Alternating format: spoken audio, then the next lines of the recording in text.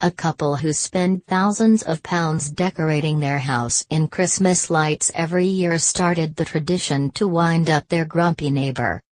Michael and Lyn Farnes have forked out around £10,000 over the last 16 years on 20,000 Christmas lights and electricity bills to turn their home into a winter wonderland.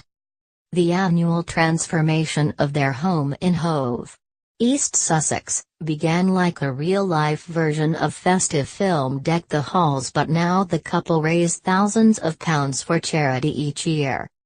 In the 2006 film, Danny DeVito covers his house in so many lights it can be seen from space as he bids to outcompete neighbor Matthew Broderick. Mrs. Farnes, 53, said, "It all started with us putting up some icicle lights. Our former next-door neighbor had a little moan about it. So the next year Michael put a few more lights up than before as a joke to wind him up, and it carried on from there. I think he didn't mind them in the end and found it funny. I've seen the film Deck the Halls, I suppose it's a bit like that." Mr. Farnes, 55, starts planning his displays in January when he assesses any repairs needed on the previous year's lights and models. Then he spends months planning his theme for the forthcoming year, making a lot of pieces by hand. This includes a herd of reindeer which is gradually growing. In October he starts to put together the display, which takes about 50 hours over a month. The couple juggle this around their full-time jobs at Sainsbury's and looking after their 3 children. The youngest, Roni Jo, who is 9, is known at her school as the girl who lives in the Christmas house.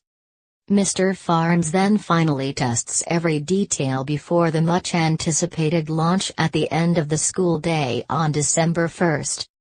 This year he spent around £1,500 on new lights and created a North Pole scene complete with polar bears, penguins and an icy waterfall.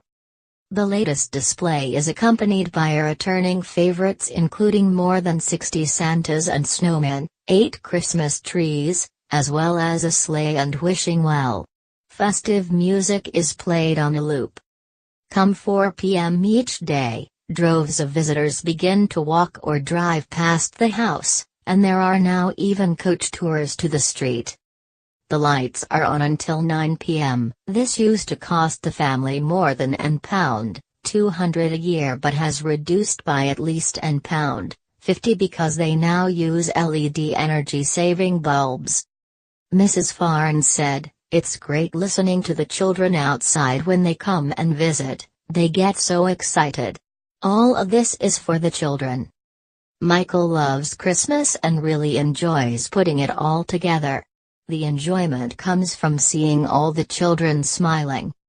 This year the family is fundraising for 4 charities, PDSA and 3 animal shelters based in Brighton and Hove.